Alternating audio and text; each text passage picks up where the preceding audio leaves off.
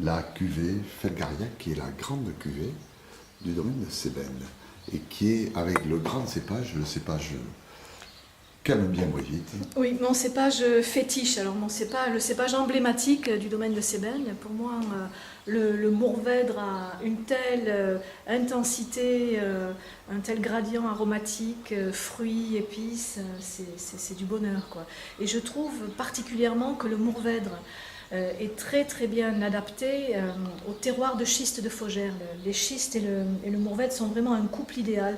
Alors pourquoi? Dans la mesure où les schistes ont cette capacité à canaliser le côté viril du Mourvèdre et permettent d'apprécier déjà un Mourvèdre dans sa jeunesse, quoi. C'est magique, je pense que oui, c'est le cépage emblématique.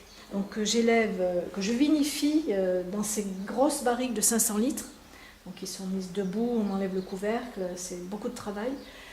Et qui sont élevés ensuite dans ces mêmes barriques. Donc là aussi, Mourvèdre assemblé. Donc assemblé avec aussi la Syrah magique. Syrah magique. Alors Olivier. Ben, encore une fois, c'est bon, hein. Mais des Mourvèdres avec du fruit, pas le Mourvèdre rustique comme on peut le voir dans d'autres vins. Et puis voilà, quoi, c'est pas du tout marqué par le bois, c'est vraiment beaucoup de fruits. J'ai un côté très vendange, quoi. Ça, on sent vraiment le raisin, et ça, dans le vin, c'est pas de plus en plus rare.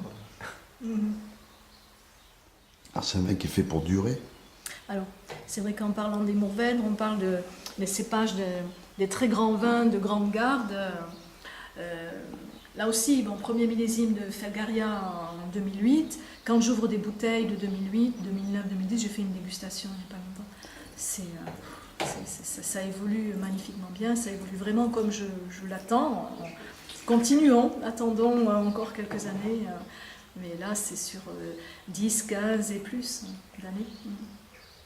Avec cette évolution tout à fait caractéristique d'un Mourvèdre sur des terroirs comme ça, très, très élégants. Le fruit va être là, mais va venir s'accorder ensuite avec des épices, et puis des notes de sous-bois, et pourquoi pas après, dans longtemps, des notes de beau cuir, de cuir de très grande qualité, de céleri. Mais bon, on n'en est pas là encore. Oui, mais en fait, ça donne presque envie de vieillir. Alors bon, c'est le grand vin pour les grands plats de fête. Vous allez boire ça sur un pigeonneau, sur une volaille. Ça peut être très, très agréable. Alors, juste une question, une comparaison avec les Bordeaux et avec les grands Bordeaux. Quelle est vraiment la caractéristique des vins du Languedoc? C'est très très compliqué parce qu'on est dans deux mondes, mais alors complètement différents. Déjà, psychologiquement,